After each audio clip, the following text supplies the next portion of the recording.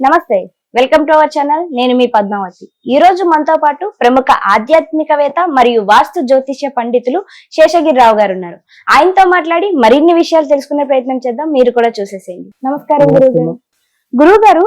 అయితే 30 సోమవారం సోమావతి అమావాస్య వచ్చింది. అయితే అన్ని అమావాస్యలు మనం ప్రతి నెల చూస్తూనే ఉంటాం. కాకపోతే ఇది సోమవారంతో కలిసి వచ్చింది కాబట్టి దీనికి చాలా పవర్ ఎక్కువ అని అంటున్నారు.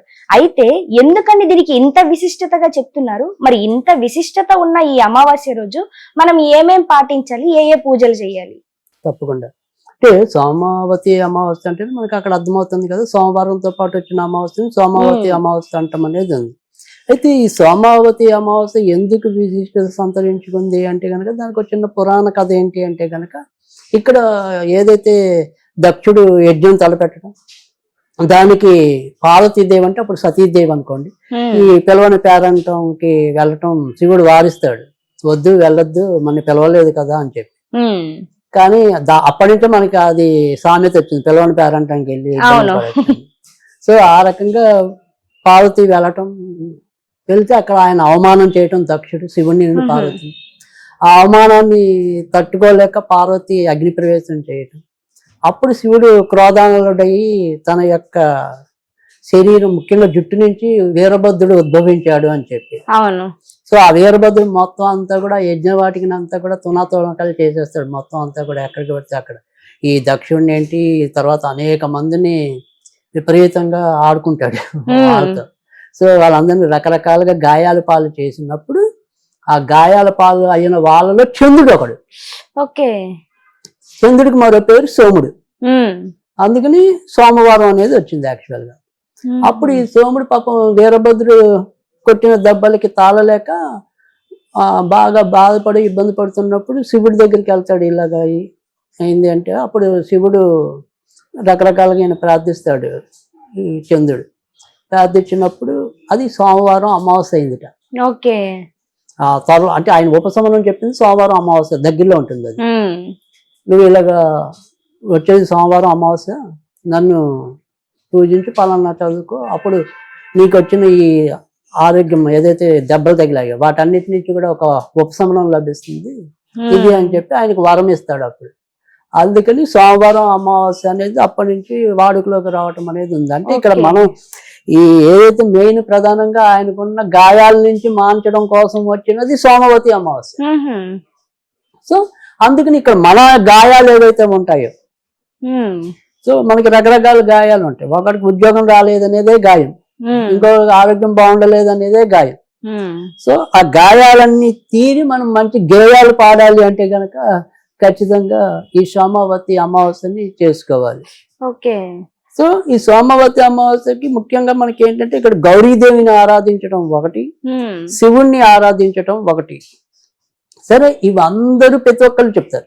సో ఎందుకంటే శివుడు కూడా తను ఆరాధించమని చెప్పాడు, అవన్నీ చెప్పాడు.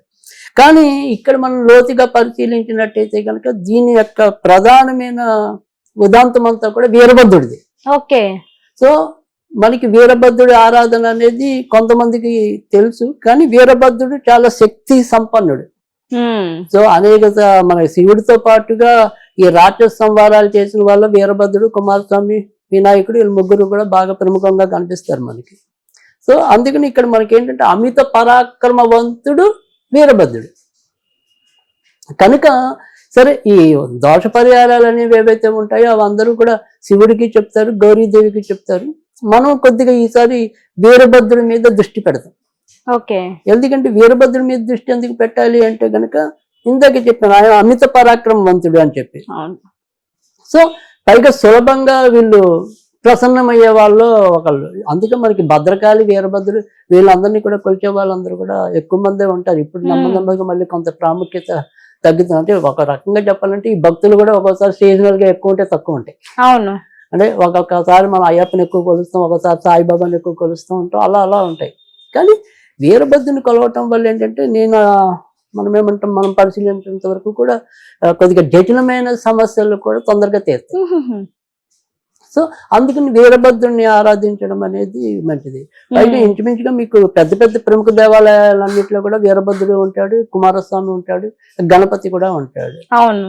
సో అందుకని అవి దొరికితే ఆ గుళ్ళకెళ్ళి వాళ్ళకి దర్శనం చేసుకోవటం అనేది ఒక పద్ధతి మన సోమవారం నాడు. అవును. కానీ ఇంట్లో వచ్చేప్పటికి ఏం చేయాలి అనేది ఏంటంటే వీరభద్రాష్టకం అని ఉంటుంది. ఉమ్. సో అది చదువుకుంటారా చదువుకోండి. కానీ మనం ఎలాగో ఇక్కడ ఒక చిన్న మంత్రం లాంటిది ఇస్తాం. సో ఆ మంత్రాన్ని పఠించితే 108 సార్లు పఠించి ఏదైనా సరే మీకు దొరికితే కనుక నేరేడు పళ్ళు నివేదన చేయాలి. ఓకే. ఒకవేళ నేరేడు పళ్ళు గనక దొరక్కపోతే ఏం చేయాలి అంటే కనుక కొద్దిగా నువ్వులుండలు అది నివేదన చేయాలి. ఈ రకంగా చేస్తే చాలు. నేను చెప్పింది ఏదైతే ఉంటుందో అది 108 సార్లు చదవాలి. సో తర్వాత ఈ 108 సార్లు చదివాక కూడా సాధ్యమైనంత వరకు కనీసం ఒక 40 రోజులు కానీ 60 రోజులు కానీ వృత్తి రోజుల్లో మాత్రం కేవలం 27 సార్లు చదివితే చాలు. ఓకే. ఆ ఒక్క రోజు మాత్రం 108 సార్లు చదవండి. మిగతా రోజుల్లో మాత్రం 27 సార్లు చదవండి చాలు. సరిపోతుంది. మరి గురువు గారు, అమావాస్య రోజు కంటికి కనిపించిన ఎన్నో దుష్ట శక్తులకి శక్తులు వస్తాయి అని అంటారు కదా, మరి అలాంటిది ఈసారి వచ్చే అమావాస్య అత్యంత శక్తివంతమైంది.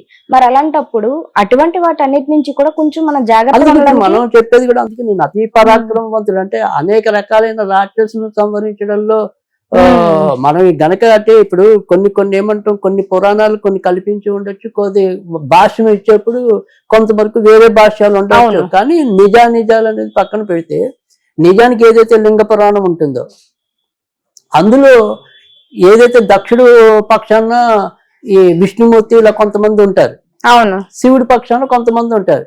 అక్కడ విష్ణువుని సైతం సంహరించిన వాడు వీరభద్రుడిగా చెప్తాయి లింగ పురాణం ఇలాంటివి. సో అందుకని అంటే మనకి ఇక్కడ నిజాలని వాస్తవాల్ని పక్కన పెడితే ఆయన ఎవరినైనా అంతమొందించగలిగినంత పరాక్రమవంతుడు. సో అందుకని అలాంటిది మనకుండే కష్టాలు నష్టాలు తీర్చడంలో ఆయనకి ఏ పార్టీ. అవును. సో పైగా ఇప్పుడు మీరు అన్నట్టు ఏంటంటే ఏదైనా సరే ఈ అమావాస్య అనేది ఎప్పుడైనా సరే సోమవారం కాకపోయినా ఏదైనా సరే అమావాస్య అనేది కొంతవరకు ఈ నెగిటివ్ ఎనర్జీ తొందరగా ఫామ్ అవడానికి. అందుకని అలాంటి నెగిటివ్ ఎనర్జీని మన నుంచి తప్పించుకోవడానికే మనకి మంత్రశాస్త్రం అంతా కూడా అమావాస్య నాటి మంత్ర జపాలు ప్రారంభించనుంది. సో మనం అమావాస్య నాటి మంత్ర జపాలు ప్రారంభిస్తే ఏమవుతుందంటే అలాంటి సైకిక్ శక్తులు మన వైపు ప్రవేశించకుండా ఉండటం అనేది ఒకటి, మన సాధన ఇంకా ముమ్మరంగా సాగటం అనేది ఒకటి. ఈ రకంగా కూడా అది మనకి దోదం చేస్తాయంటే సందేహం లేదు. సో అందుకని మీరు చెప్పినట్టు ఏంటంటే అటు చెడు శక్తులు ఏమైనా ఉంటే ఆ చెడు శక్తులు రాకుండా ఉండటం, అంతేకాకుండా మనకుండే ఏవైనా సరే ప్రధాన జటిలమైన సమస్యలు ఏవైతే ఉంటాయో వాటిని తీసుకోవటం, అంతేకాకుండా మూడోది కూడా మన ఇంటికి ఉండే ఈ నరదిష్టి నరఘోష ఇలాంటివి ఏమైనా ఉంటే అవి కూడా పోవటం, అన్నిటికీ చాలా ఉభయతారాకమైనది. ఓకే.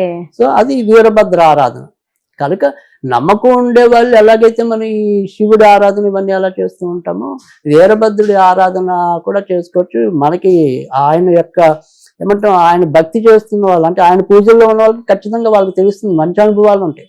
చాలా తొందరగా ఆయన మహిమలు చూసిన ఉదంతాలు చాలా ఉన్నాయి.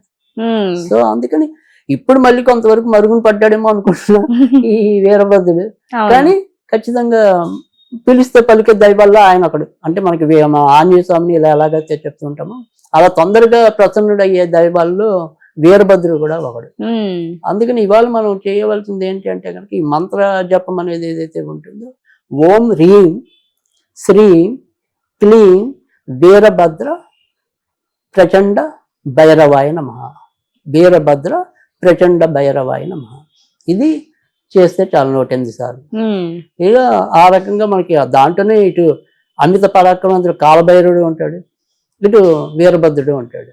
సో వీళ్ళిద్దరికి అమావాస్య నాడు మనం కాలభైరవుడిని పూజించడం అనేది, తర్వాత కాళికాదేవిని పూజించడం అనేది, దశమహావిద్యలు పూజించడం అనేది కూడా అమావాస్య చాలా ప్రీతికరం. సో అందుకని మనకి ఈ మంత్రంలో ప్రచండ భైరవుని కూడా చేర్చడం అనేది. సో అందుకని ఇటు వీరభద్రుని ప్రచండ భైరవుని ఇద్దరిని కూడా పూజించడం వల్ల తప్పకుండా మనకి కావాల్సిన మంచి ఫలితాలు రావటం అనేది ఉంటుంది. సో ఆ రకంగా చేసుకుంటే తప్పకుండా మన ప్రేక్షకులు ఎంతో కొంత లాభపడతారు అనేది నా ఆశ. నిజంగా గురువు గారు చక్కటి ఒక మంచిగా వీరభద్రుని గురించి ఇంత చక్కటి ఉపదేశం ఇచ్చారు. దాంతో పాటుగా ఒక మంత్రోచ్చారణ కూడా ఏ రకంగా చేయాలి, ఇలాంటి ప్రాబ్లమ్స్ ఏమైనా ఉంటే చక్కగా వాటి నుంచి బయటపడతారని నేను కూడా మనస్ఫూర్తిగా కోరుకుంటున్నాను. తప్పకుండా. ధన్యవాదాలు గురువు.